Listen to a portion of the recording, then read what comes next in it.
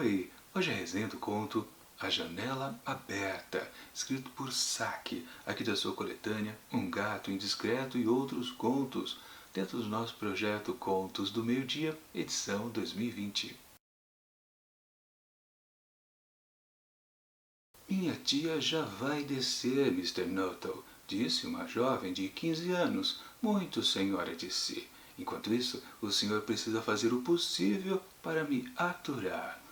Assim começa A Janela Aberta, escrito por Saki, que conta a história desta moçoira chamada Vera, do Sr. Nuttall, Frampton Nuttall, e também da tia desta Vera, a Sra. Sampleton. Bom, a situação é o seguinte: Nuttall ele tem uma certa crise de nervoso e precisa relaxar.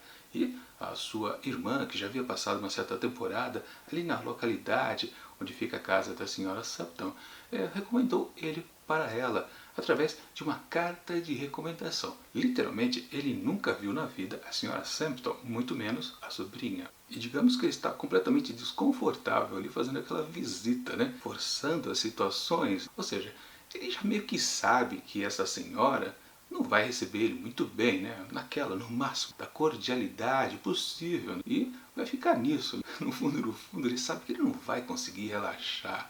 Mas a situação é que, logo que ele chega à casa da Sra. Sampleton, ele realmente não a vê logo em seguida. Ela está fazendo alguma coisa, algum afazer. E deixa a sua sobrinha ali para meio que fazer sala para o desconhecido.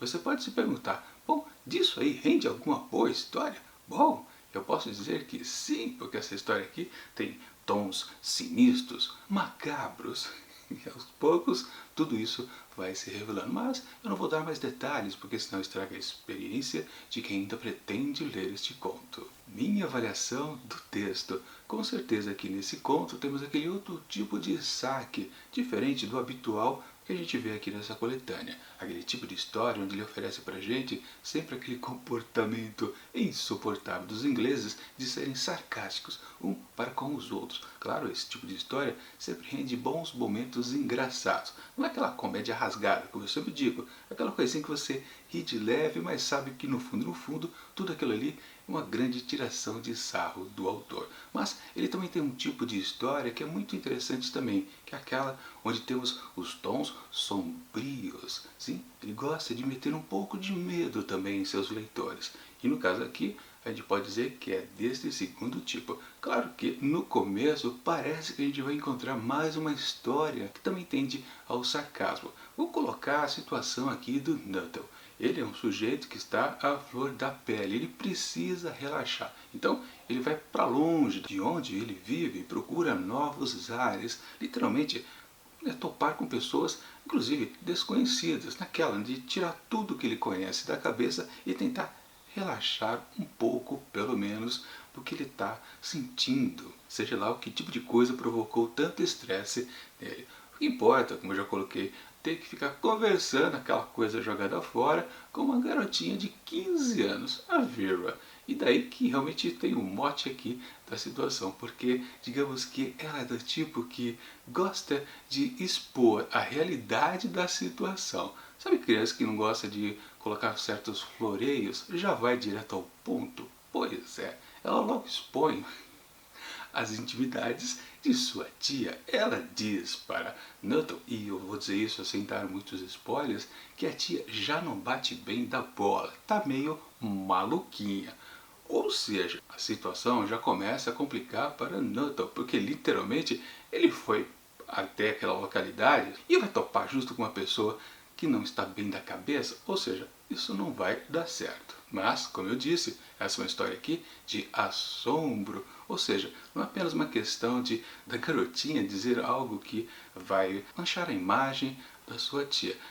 A questão é que Nuttall começa a ficar apreensivo com o relato que ela faz da tia. Com certeza a mulher, essa senhora, realmente não é uma pessoa confiável, digamos assim. Não que ela seja uma pessoa perigosa, mas realmente ela está fugindo um pouco da realidade. Literalmente, até Nuttall gostaria de fugir da sua realidade, coisa que consegue provocar estresse nele, mas digamos que se ele topa com uma pessoa que já fugiu demais da realidade, não é realmente uma boa coisa, com certeza. Sim, essa história aqui, ela fica balançando o tempo todo entre momentos de assombro e também momentos de comicidade, porque a reação que ele tem realmente de pavor, né, de estar se metendo numa situação não perigosa, mas completamente estressante, mais ainda do que ele já estava antes de chegar até ali, com certeza a gente fica dando uma certa, um riso de leve. Como disse, nunca as histórias do Saki é aquela coisa de você rir escancaradamente, mas pelo menos, claro, a gente se diverte. Só tem um porém aqui nessa história. O final dela passa a ser previsível depois de um certo momento. Aliás, é mais do que previsível, porque quando a gente chega ao final aqui da leitura, a gente fica com uma sensação assim, peraí, eu acho que eu já li essa história em algum lugar. E a questão passa a ser a seguinte, será que essa história aqui, por ser bem antiga, lá em 1800 que foi escrita, será que estamos naquela situação que a gente está vendo a primeira história, a história precursora desse tipo de narrativa, desse tipo de final? Pode ser que sim, pode ser que não. Aliás, eu confesso para vocês, quando eu terminei de ler e fiquei com essa sensação de, peraí, eu já vi isso em algum lugar, eu também fiquei pensando, será que aqui dentro do próprio projeto Contos do Meio-Dia eu já não vi uma história exatamente assim? Claro, personagens diferentes, situações diferentes, mas no fundo, o mote central é igual. E isso me fez pensar, inclusive, que para cada conto lido eu preciso fazer algumas notações a mais. Não apenas atribuir uma certa nota que eu faço sempre ao final dos vídeos. Eu preciso fazer uma anotação de como se desenvolve alguns detalhes importantes da narrativa.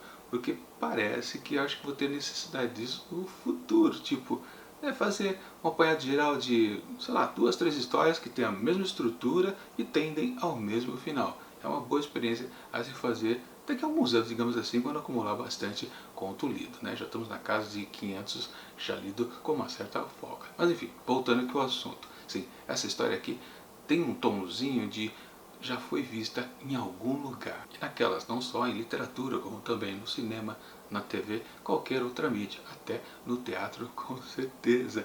Porque, aliás, até em piada, se você for reparar bem, quando você fizer a leitura aqui desse texto, você vai perceber, eu já vi uma piada que também era a mesma base disso. E talvez more aí o problema então desse conto do Saki.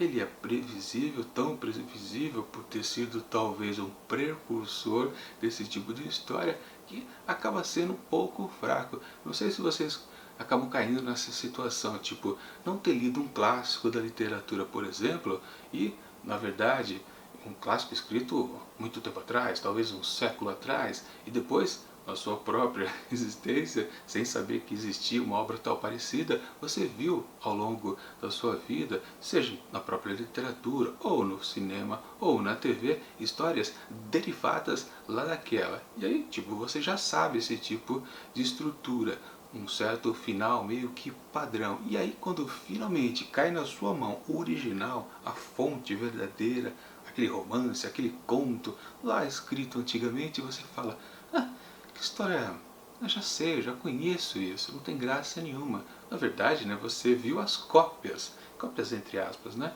Você viu as cópias e quando você fica com o original na mão, você não acha graça nenhuma. É uma situação, às vezes, um pouco chata de a gente se colocar, porque na verdade a gente meio que acredita a genialidade, também vou colocar entre aspas aí, né, do desenvolvimento daquela narrativa para a pessoa errada, né? A gente está atribuindo a coisa boa para quem fez uma certa cópia, uma certa adaptação, uma releitura. E para o cara que inventou realmente de fato a boa sacada, ele só diz que, não tem nada demais isso, já vi isso. Acontece isso várias e várias vezes comigo, acontece muito, com certeza. Acho que com qualquer um, na verdade, isso pode acontecer. E é por isso, claro, que aqui nesta resenha eu não estou falando quase nenhum detalhe da história. Tá tudo misterioso para vocês aqui, porque literalmente se eu falo algo interessante, eu já mato a charada para vocês. E essa realmente não é a ideia do vídeo, muito pelo contrário, isso aqui foi feito para estimular a leitura. Se eu já digo tudo, vocês não vão ler, né? Inclusive, eu estava até pensando em fazer a sessão spoiler, que para alguns vídeos eu estou começando a fazer assim aqui em 2020. E se é preciso mais detalhar como é que a história termina, para poder validar alguns argumentos que eu digo aqui na resenha. Mas mesmo aqui, não vale a pena dizer, porque é tão óbvio que às vezes eu acho que também não vai ser um desperdício de tempo do mesmo jeito. Enfim, Natal passa por uma situação estressante. Aliás, talvez isso seja o único ponto que a gente possa considerar de diferente em algumas coisas que eu acho que eu já tinha visto por aí em anos anteriores, ou quem sabe até dentro aqui do próprio projeto Contos do Meio-Dia. Eu acho que isso aconteceu de fato, esse estresse, e aí sim a gente pode colocar que é uma marca do Saki. Ele gosta de colocar essas pessoas que não estão lá muito bem de vida, sempre lembrando, né, o comportamento ali que ele gosta de mostrar da sociedade inglesa, de um cutucar o outro. Na verdade, no fundo, ninguém está bem de fato, todo mundo está num certo estado de estresse e precisa relaxar. Já tivemos o caso, uma outra história aqui, que a pessoa precisava viver um certo desassossego, ou seja, ela também não estava bem consigo mesma. Talvez somente o único ponto que a gente pode considerar, comparando com as outras, que a gente já sabe mais ou menos desse tipo de história, que tem alguma coisa diferente e que a gente possa atribuir para o próprio Saki. Enfim, é uma história que vale a pena. Você pode até achar curioso se você nunca viu nenhum tipo de variação do que acontece em cima aqui dessa estrutura básica. Se você viu alguma coisa, você vai achar realmente um texto bem fraquinho, para falar a verdade. Pode ser surpreendente para quem nunca viu algo parecido. Vai achar, puxa, nunca pensei que isso pudesse acontecer nessa história. Mas também dá para deduzir um pouquinho se você prestar um pouco de atenção no como vai se desenvolvendo aqui esta narrativa. Enfim, assim, vale dizer, né, o título aqui da história, A Janela Aberta. Toda a tensão, o assombro que temos por aqui é decorrente justamente da janela aberta. Ela está aberta, é o que gera atenção ali no Nuttall, com certeza. Mas agora sim, para A Janela Aberta, escrito por Saki, eu atribuo apenas 3 asteriscos. Tá de bom tamanho. Mas falando em histórias que estão inseridas num certo gênero, mas no fundo acaba resultando em algo bastante engraçado, eu devo dizer sobre o vídeo de amanhã, uma história aqui de Rubem Fonseca. A segunda parte do que a gente viu lá no vídeo anterior da coletânea Carne Crua, aqui desse autor brasileiro. Com certeza é algo que você acaba rindo, porque não há outra solução de tão absurda que às vezes a situação proposta pelo autor. Confiram amanhã, com certeza que vocês vão concordar comigo. Mas, enquanto esse próximo vídeo não chega, eu deixo aqui do lado dicas de outras resenhas que já aconteceram aqui dentro do projeto. E tchau!